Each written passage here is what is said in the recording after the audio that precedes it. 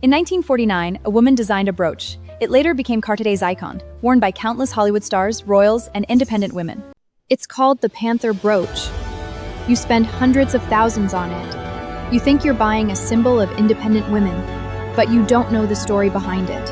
A forbidden love across class lines, a life or death encounter in the jungle, a relationship broken by family, and a car accident that the man never woke up from. Today we're breaking down this story, how the Cartier Panther brooch was born, who the woman behind it was, and why every time you wear it, you're wearing a love that was never officially acknowledged. Hey guys, it's your girl Pearl. The story starts in 1919. That year, 44-year-old Joseph Cartier officially took over Cartier.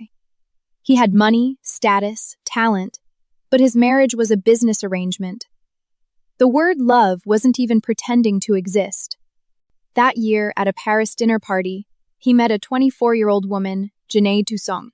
She was Coco Chanel's best friend.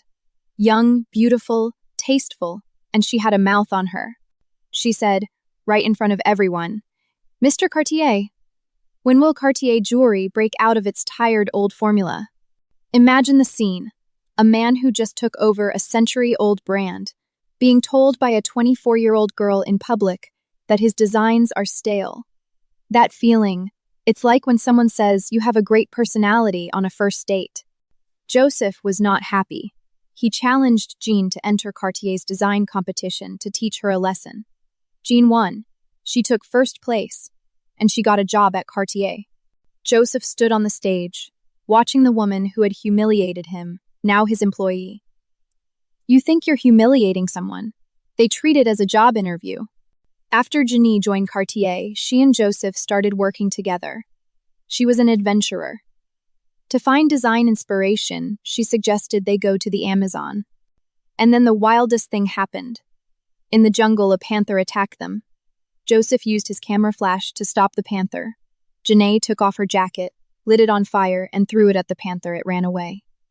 The two of them, having just survived death, confessed their feelings.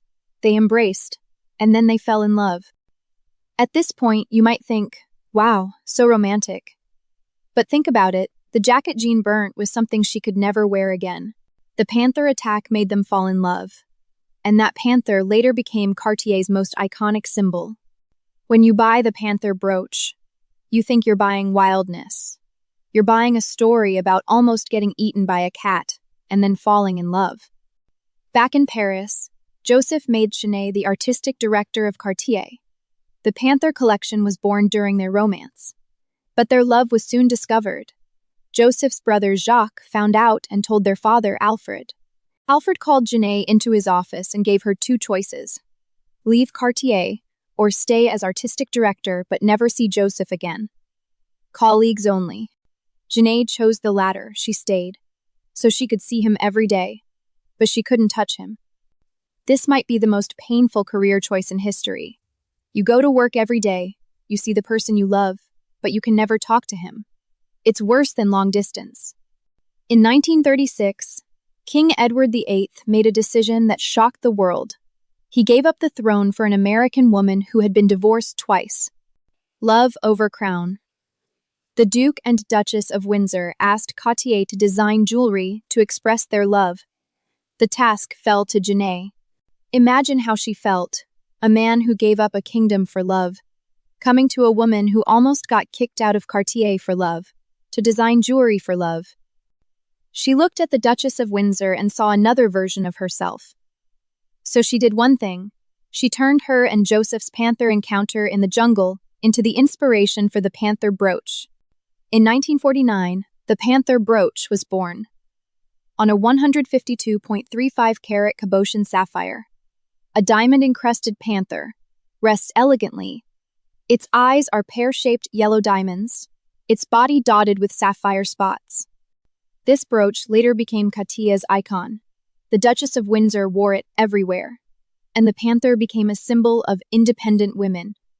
But its real meaning is that night in the jungle, when Jeanne and Joseph were attacked by a panther, the only part of their love story that could be told. The rest was hidden. In 1942, Jeanne decided to leave Joseph and quit Cartier for good. She met him by the Seine for a final goodbye. Joseph took out a red box with a teardrop diamond ring. He told her, "I'm giving up everything at Cartier to spend the rest of my life with you." And he put the ring on her finger.